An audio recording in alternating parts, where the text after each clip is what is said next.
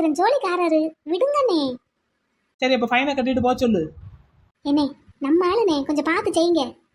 சரி போ, வண்டி எடுத்துட்டு போக சொல்லு. இனிமே கவனமா இருக்க சொல்லு. தேங்க்ஸ்ண்ணே. சார் வண்டி எடுத்துட்டு கிளம்புங்க. ஃபைன் வேணா கட்டிடுறேன்.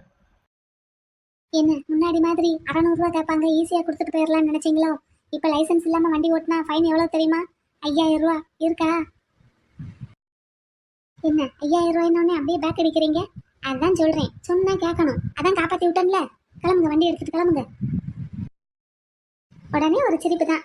சரி கிளம்புங்க கிளம்புங்க. இன்னும் நின்றுட்டு இருந்தா பரவ மனசு மாதிரி ஃபைன் போட்டாலும் போட்டுருவாரு. சார் ஒரு தேங்க்ஸ் கூட சொல்லாம போறீங்க. சரி சரி, எனக்கு நீங்க ஒரு 2-3 டைம் ஹெல்ப் பண்ணியிருக்கீங்க, அதுக்கு இது பதிலா வச்சுக்கிறேன். பரவாயில்ல இருக்கட்டும். ஆமா, அந்த 800 ரூபாய் எங்க? 800 ரூபா என்ன? அந்த மிஷினை கொண்டாங்க, டாக்டர் சாருக்கு ஒரு 5000 ஃபைனை போடுவோம். என்ன சார், எடுங்க காசு எடுங்க. 800 ரூபாயை கழிச்சிட்டு